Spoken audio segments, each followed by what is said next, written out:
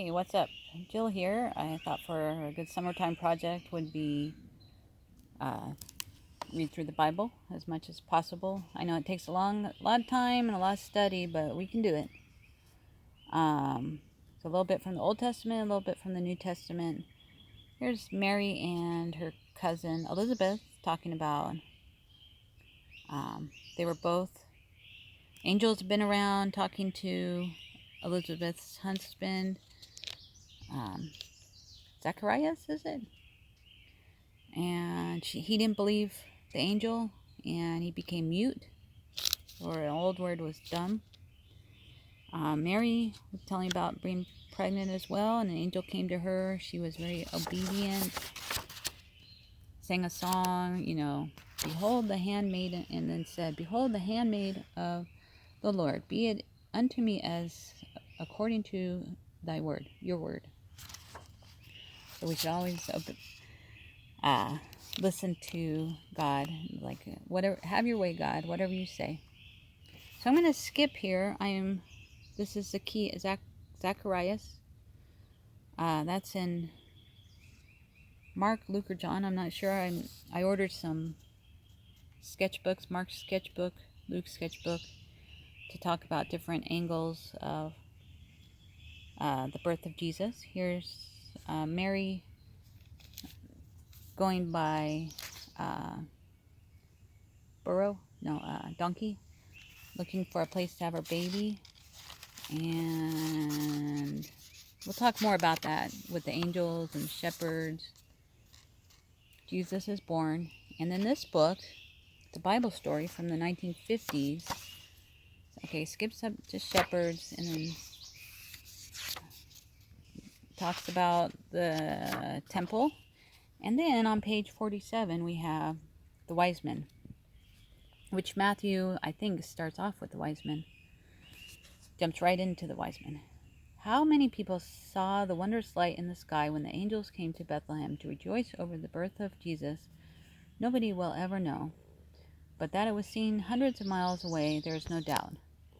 Far to the east of Palestine, possibly in Arabia or Persia, a little group of men not only saw the light, but were convinced it had some meaning.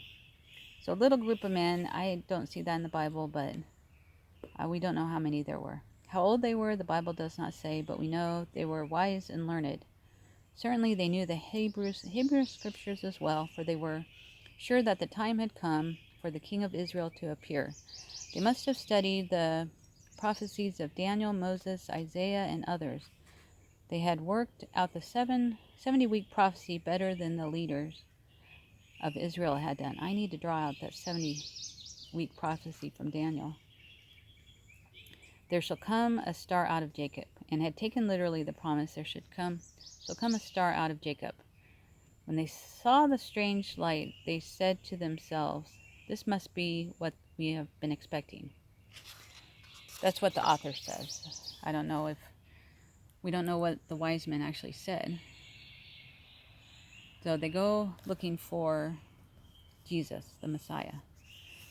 Where is he that is born the King of Jews? They asked someone. King of Jews, replied the man with a puzzle. A new king, your king. We saw his star in the east and are come to worship him. Probably news of the wise men's story reached Herod, and it sounded like treason, a crime. He was worried. Perhaps the Jews were, so Herod is the leader at that time, bad leader, were about to rebel again.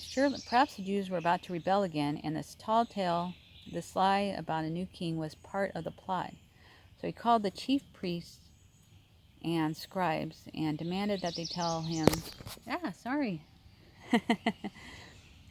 and demanded that they tell him where Christ should be born. Okay, where is this other king going to be born?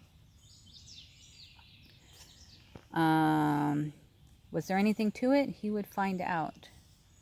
Herod sent for the wise men. They were still in town and came gladly. He treated them graciously and asked them to tell him exactly what they had told so many others. They did.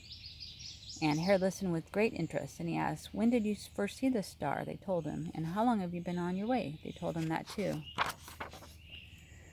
Do you think the new king is going to be born in Bethlehem? Certainly. And you believe he is already born? The prophecies suggest it. So this is the author's word of this book, not in the Bible. The prophecies suggest it. I don't see that in the Bible. I'll tell you what. You go to Bethlehem and find this child, then send me word and I will come and worship him too. The wise men thanked the king and left. I don't know if they were wise and knew that Herod was out for something bad, but out to do something bad.